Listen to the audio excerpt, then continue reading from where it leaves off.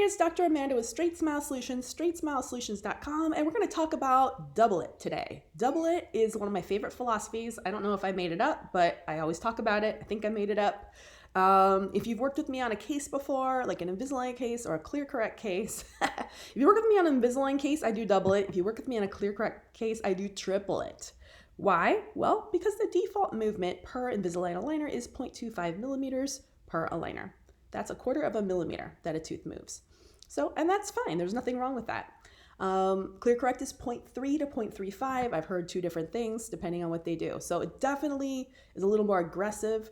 They take bigger leaps in between aligners. The problem is the bigger the leaps in between aligners, the more likely you are to fall in the water.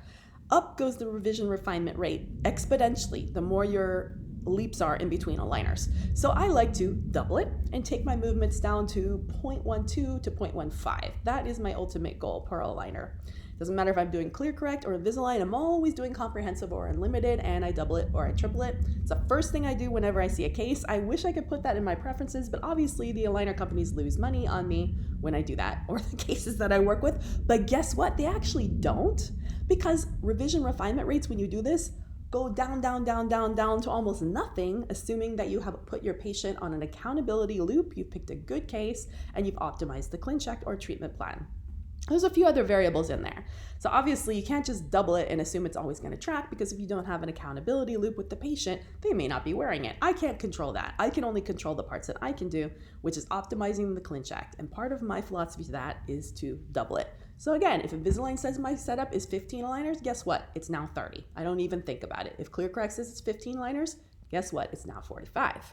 Now, remember, when you interview orthodontists in general, they're going to tell you their probably average length for an Invisalign case is 40, 50, 60 aligners, whereas most GPs are 20. What's the difference? Well, because we're actually optimizing our Clincheck. Our goal is to do 0 revisions refinements and to get what we wanted the first time. Why? Because that saves me a heck ton of time. Getting the patient in, removing buttons, rescanning, redoing buttons. That just wasted 2 hours of my doctor and assistant chair time. Well, my doctor and assistant chair time has a value, and I can tell you it's going to be way more predictable, and the patient's going to be way happier to nail it on the first go. Plus, I do 7-day changes, and if somehow this patient is just crazy compliant, they're coming in and they're saying, "Doc, these aligners are getting loose after day 4. Any chance I can speed this up and not do 1 week wear?" Well, yes, actually you can. Let's do 5-day wear. Patients love switching out their aligners more often. Why? Because it's cleaner and healthier for them. It also keeps the forces slow and low, which is healthier for the gums, roots, and bones. Everyone's happy except for maybe the aligner company, which is spending a little bit more money on your case.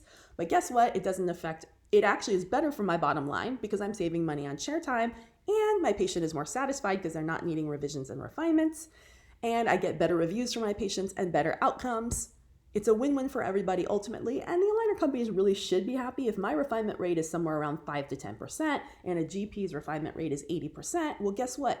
They're actually using less aligners on my case. Even though maybe they're doing more upfront, they're doing less overall. So actually they probably should be happy. Now, I've given this idea to Invisalign many times. I'm gonna keep pitching it. Invisalign and ClearCorrect, if you are listening, Invisalign has a way that you can check your refinement analytics, and I've done a video on that. If you want to watch that video, you can go to my YouTube channel to access that. Go to your YouTube channel, put in the spacebar Straightsmile Solutions. That'll take you to my YouTube channel, which has a green banner. From there, there's a tiny magnifying glass towards the top right. You can put in refinement analytics Invisalign, and it should take you to the video about how to look at your refinement analytics. It is a feature or a widget that they had a few months ago. They often take widgets down, put them back up, so I don't know if it's still there, but I find that analytic extremely helpful. As a matter of fact, when I work with doctors, it's one of the first things I check to see what their refinement analytics are. Are they at 90%, 80%, 70%?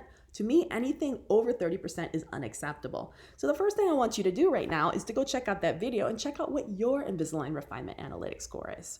If it's over 30%, you're doing things wrong. Matter of fact, if you're over 10%, you're probably doing things wrong. So what can you do? Double it with Invisalign, triple it with ClearCorrect, and also implement an accountability loop with virtual resources. And Invisalign now has their virtual check-in app completely free.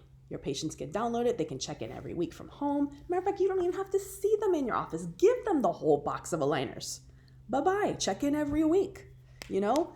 And if they get off track randomly, make sure they save all their old aligners and go back to find the one that fits. Wear it for another week and then keep going. Do not keep progressing if your aligner does not fit like a second skin or a wetsuit. There should never, ever, ever be a gap between the aligner and the tooth. If there is, you're doing things wrong. You need to go back and find the aligner that fits. If you lost all your aligners, then you need to come in for that darn refinement.